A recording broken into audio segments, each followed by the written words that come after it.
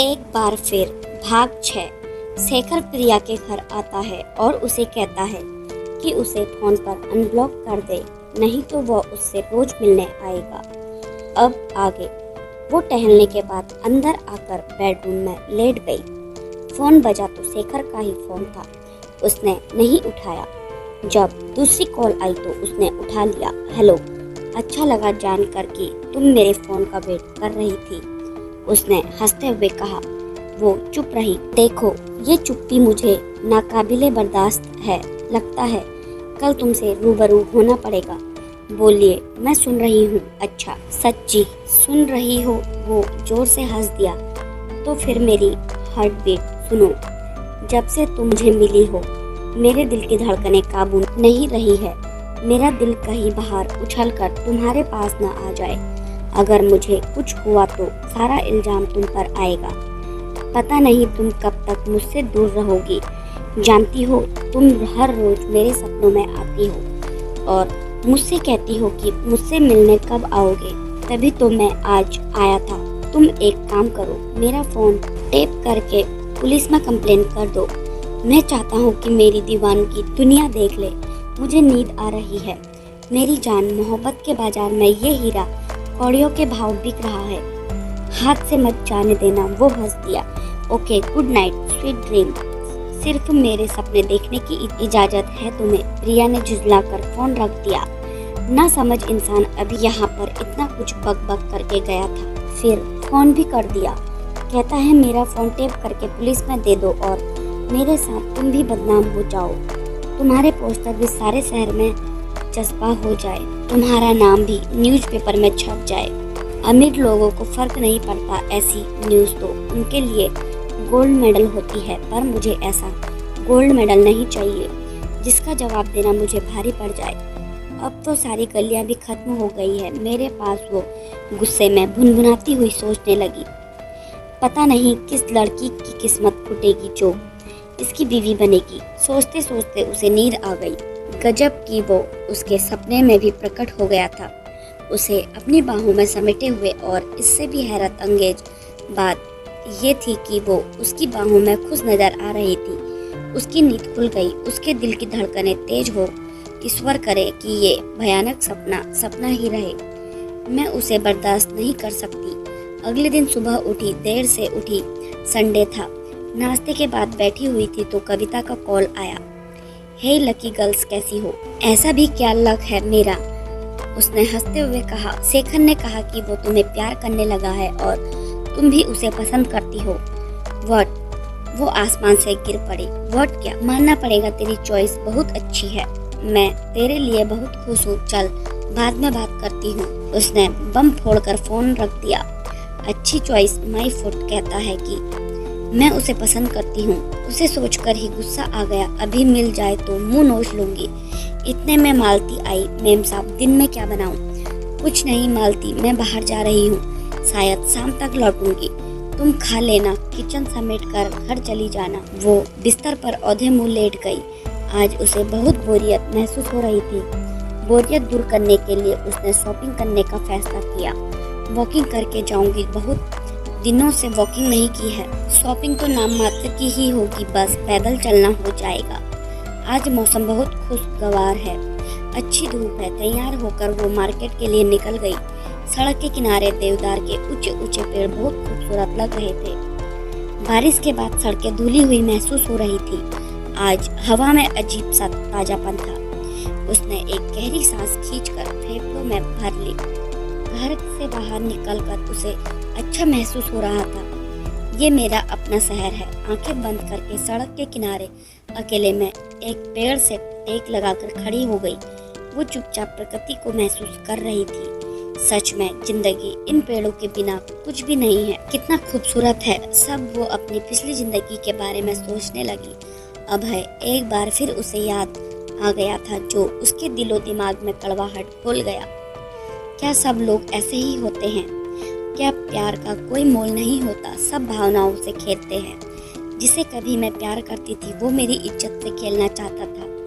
वो तो भगवान ने मुझे बचा लिया। और दूसरा, छी, उसे ना तो खुद शर्म है ना किसी की परवाह है। और ऊपर से उस सबसे झूठी बात, उसे 4 दिन में मुझसे प्यार हो गया है।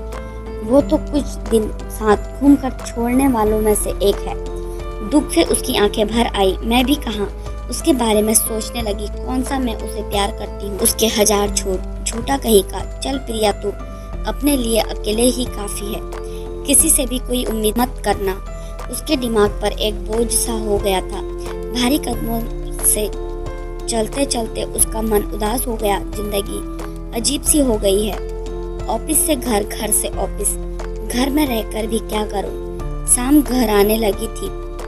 थोड़ी बहुत शॉपिंग जो उसने की थी के बैग्स उसके हाथों में थे।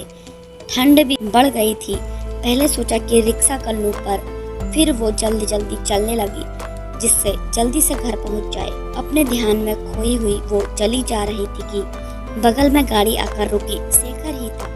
चलो घर छोड़ देता हूँ, वो उसे अनसुना करके चलने लगी। एक तो पहले ही उसका मन उदास और खिन्न था, ऊपर से उसने अपनी उपस्थिति दर्ज कराकर उसका पारा हाई कर दिया। शेखर ने गाड़ी एक तरफ लगाई और उसके साथ चलने लगा। वो रुक गई और उसकी तरफ देखने लगी। दोनों आमने सामने खड़े हो गए। आप चाहते क्या है मुझसे? कुछ नहीं, मैं तुम्हें चाहता हूँ। आई लव यू प्रिया। जीतने के लिए आप कुछ भी कर सकते हैं, चाहे किसी को कितनी भी तकलीफ क्यों न हो। जब से मेरी जिंदगी में आए हैं, मेरी जिंदगी जहन्नुम बनाकर रख दी है। वो जोर से रो पड़ी। आपका प्यार एक तरफा है, वैसे ये प्यार है ही नहीं, एक मजाक है मेरे साथ। अगर ऐसा ही चलता रहा तो मैं अपने आप को कुछ कर लूंगी। बड़ी मुश्किल से मेरी जिंदगी पटरी पर लौटी है। दोबारा अगर कुछ भी हुआ तो मैं संभल नहीं पाऊंगी। उसकी हिचकियां बढ़ गई। शेखर पहली बार चुप था। वो उसे रोते हुए देख रहा था। जिंदगी में कुछ भी परफेक्ट नहीं होता, बनना पड़ता है। मुझ में जो भी कमी है वो तुम ठीक कर सकती हो ना? शेखर ने धीरे से कहा। तुम्हें मेरे पैसे, रुतबे से, हर चीज से प्रॉब्लम है। तुम्हें लगता है कि अमीर लोग हमेशा बुरे होते हैं। ऐसा नहीं है कि मेरी जिंदगी में तुमसे पहले कोई लड़की नहीं थी, पर यकीन करो तुम आखिरी लड़की जरूर हो। वो सुनती रही और सिसकियां भरती रही। तुम मेरा प्यार हो और तुम्हारे लिए मैं कुछ भी कर सकता हूँ। मैं तुम्हें खुश देखना चाहता हूँ। मेरा प्यार इतना खुदगर्ज नहीं है जो किसी के मरने की वजह बन जाए। तुम मुझसे चाहती क्या हो? तो ठीक है, फिर आप मेरा पीछा छोड़ दीजिए। उसने अस्फुट शब्दों में कहा। ठीक है, अब रोना बंद करो। शेखर ने शांत स्वर में कहा। रात हो गई है, घर चलो। मैं खुद चली जाऊंगी। ठीक है, जाओ। वो चलने लगी। शेखर उसके साथ नहीं, पर उससे कुछ कदम पीछे चल रहा था। चुपचाप बिना कुछ बोले वो घर पहुंच गई। उसने गेट खोला, अंदर गई, पीछे मुड़कर देखा। शेखर गेट के बाहर खड़ा था, बिल्कुल खामोश। अब की दफा वो अंदर नहीं आया, वहीं से मुड़ गया। पहली बार प्रिया ने उसके चेहरे पर खामोशी देखी थी।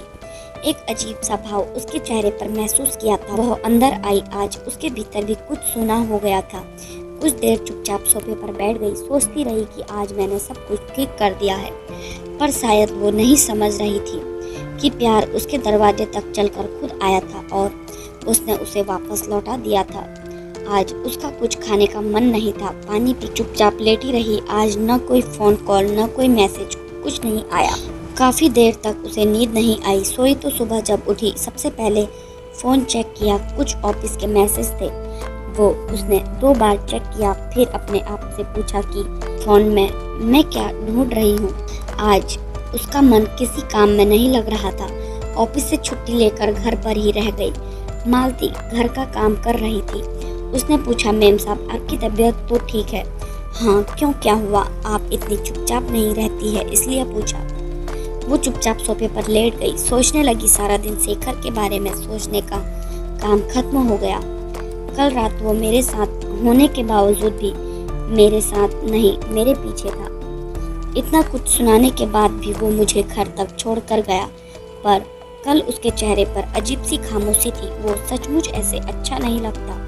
उसने एक झटके में जो कुछ कहना था वो कह तो दिया था, पर शेखर ने उसके खाली जीवन में एक हलचल तो मचा ही दी थी। उसने 1 हफ्ते तक छुट्टी बढ़वा दी। जिस शेखर ने उसके घर आकर उसे परेशान किया था, उसका कोई अता पता नहीं था। वो एक अजीब सी घुटन और कसमकस में फंस गई थी। सोच रही थी कि वो अजीब नौटंकीबाज है, सोचता है कि मैं उसके पीछे जाऊंगी। कहता है कि प्यार करता है, तो जो प्यार करते हैं क्या वो ऐसे छोड़ देते हैं? पर मैंने ही तो कहा था, मैं उसके पीछे हरगिज नहीं जाऊंगी। आखिर मेरी भी कुछ सेल्फ रिस्पेक्ट है। उसके भाव फालतू में बढ़ जाएंगे। क्या पता मुझे गोल्ड डिगर समझ ले। उसके रुपये पैसे से मुझे कोई लेना देना नहीं है, पर वैसे इतना बुरा भी नहीं था बंदा। हफ्ता बीत गया। प्रिया अब रोज शेखर के बारे में सोचने लगी थी। फिर एक दिन कविता का फोन आ गया। आज बहुत दिनों बाद फोन किया। भाई, तू तो शेखर से मिलते ही मुझे भूल गई। बाय द वे, शेखर से तो रोज तेरी बात होती होगी, पर तू उसे देखने यहाँ नहीं आई क्यों? क्या हुआ? उसने तुझे नहीं बताया? प्रिया का दिल धक हो गया, पर वो चुप रही। 25 तारीख रात वापस लौटते हुए उसका एक्सीडेंट हुआ था। बाल बाल बचा। 25 तारीख तो उस दिन थी जिस दिन मैंने उससे झगड़ा किया था। वो गहरी सोच में डूब गई। बड़ा केयरिंग है, तुझे नहीं बताया होगा कि तू खामखा परेशान हो जाएगी। तू बड़ी किस्मत वाली है, उसने तेरा हाथ थामा, कभी मत छोड़ना। जब वो अमेरिका से वापस आएगा उससे तुरंत शादी कर लेना। कहीं ऐसा ना हो वहाँ से किसी अंग्रेजी मैम को मेरी देवरानी बनाकर ले आए। लगाम खींचकर रखा कर उसकी कविता हंसते हुए बोली, चल बाय। एक बार फिर उसके दिमाग में तूफान उमड़ पड़ा। वो अमेरिका चला गया। उस दिन मैंने ही उससे कहा था कि मेरा पीछा छोड़ दो। उसने फोन हाथ में ले लिया। प्यार न सही पर उसे जानती तो हूँ, बात कर लूँ उससे सोचते हुए शेखर का नंबर मिला दिया। इससे आगे क्या होगा जानने के लिए हमारे चैनल पर बने रहें और हमारे चैनल पर नए हैं तो चैनल को लाइक शेयर सब्सक्राइब करना ना भूलें। धन्यवाद।